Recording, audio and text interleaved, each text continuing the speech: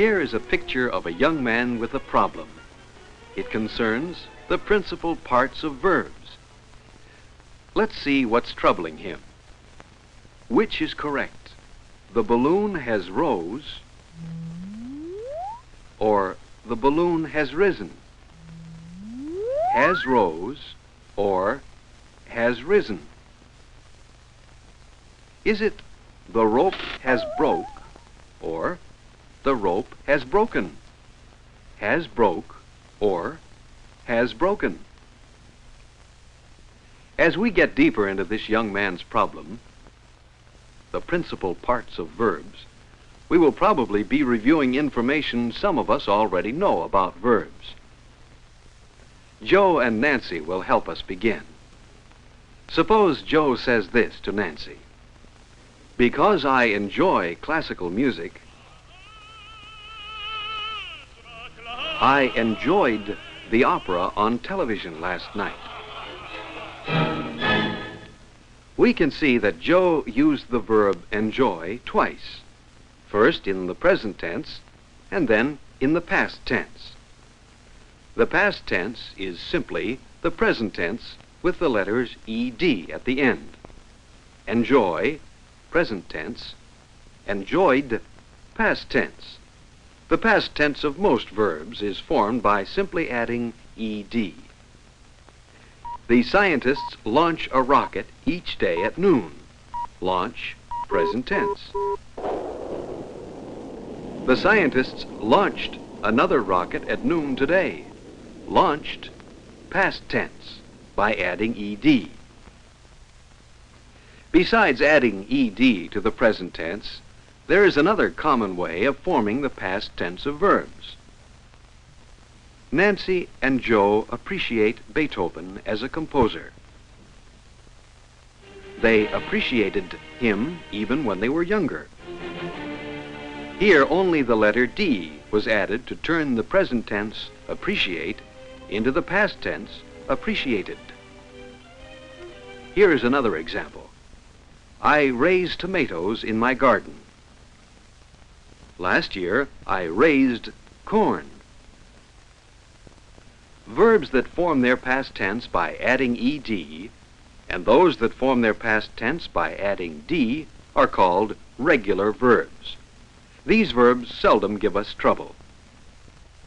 But this young man is having problems with verbs that don't form their past tenses in this simple, regular way. Let's see some examples of this kind of verb. Now I set the table.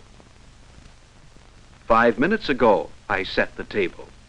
There is no difference between the present and past tense of set. The whistles blow. The whistles blew. This time, the spelling is changed to form the past tense, but neither d nor ed is added. Elevators go up and down. The elevators went down. Here the past tense is a different word.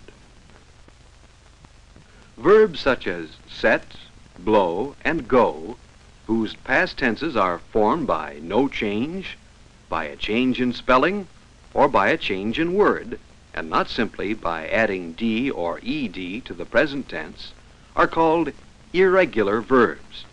There is no rule to follow in forming the past tense of irregular verbs. The only way to know what the past tense is of such verbs is to learn the principal parts of verbs.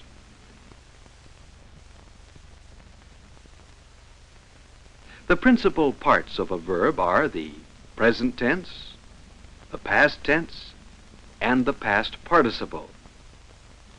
In regular verbs, the past participle has the same form as the past tense. For example, we give the principal parts of the regular verb bounce this way.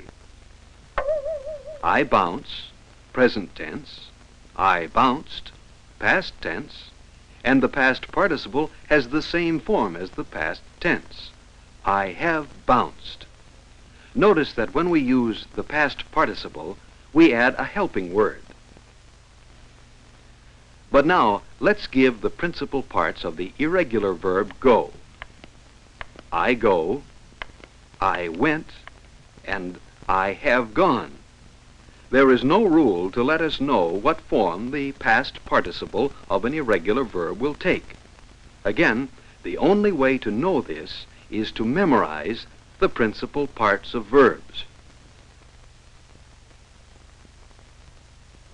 But what is the benefit of knowing these parts? Let's conjugate the irregular verb write, and you'll see. The present tense,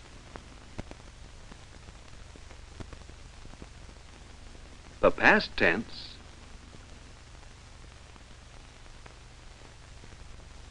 and the future tense.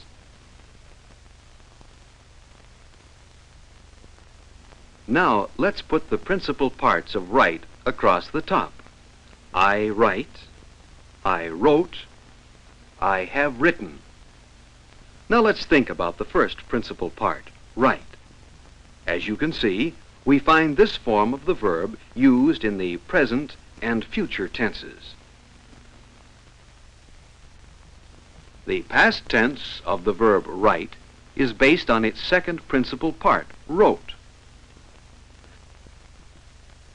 Now, to see how the third principal part, written, is used, let's look at the tenses that tell of completed action or state of being. The perfect tenses, present perfect,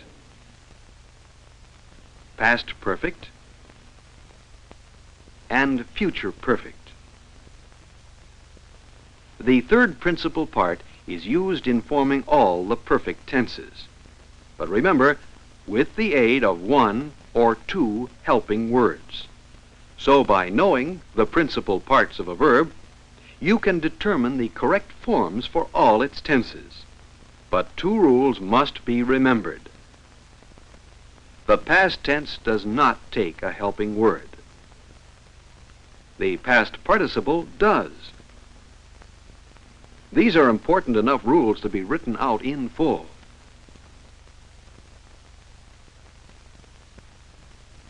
Now, if we remember these rules about principal parts, we can help the young man with his problems.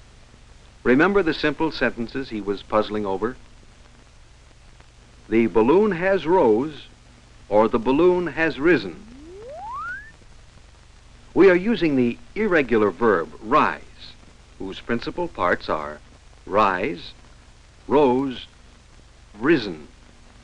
So the question is, should we use the past tense or the past participle? Remember the rules.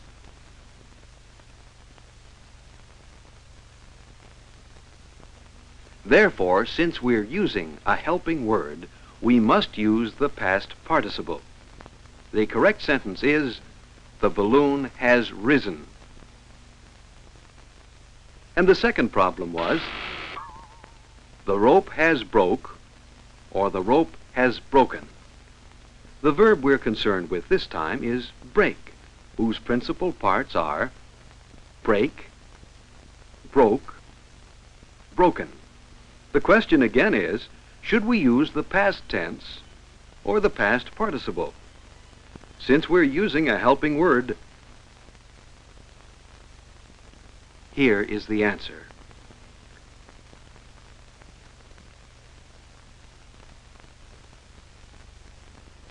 The rope has broken. But if we should want to use the past tense of the verb, then we would not need the helping word. The rope broke. Using the principal parts of verbs is as simple as that. This young man will learn to use the principal parts of irregular verbs by practicing saying them correctly again and again in this way. I see, I saw, I have seen. From knowing the principal parts of see, you would know that you could never correctly use seen without a helping word. I swim, I swam, I have swum. And so on, and so on. The principal parts of irregular verbs can be found in the dictionary. You already know many of them. It's worth knowing as many as you can. You will find that it is easier for you to use verbs correctly when you know their principal parts.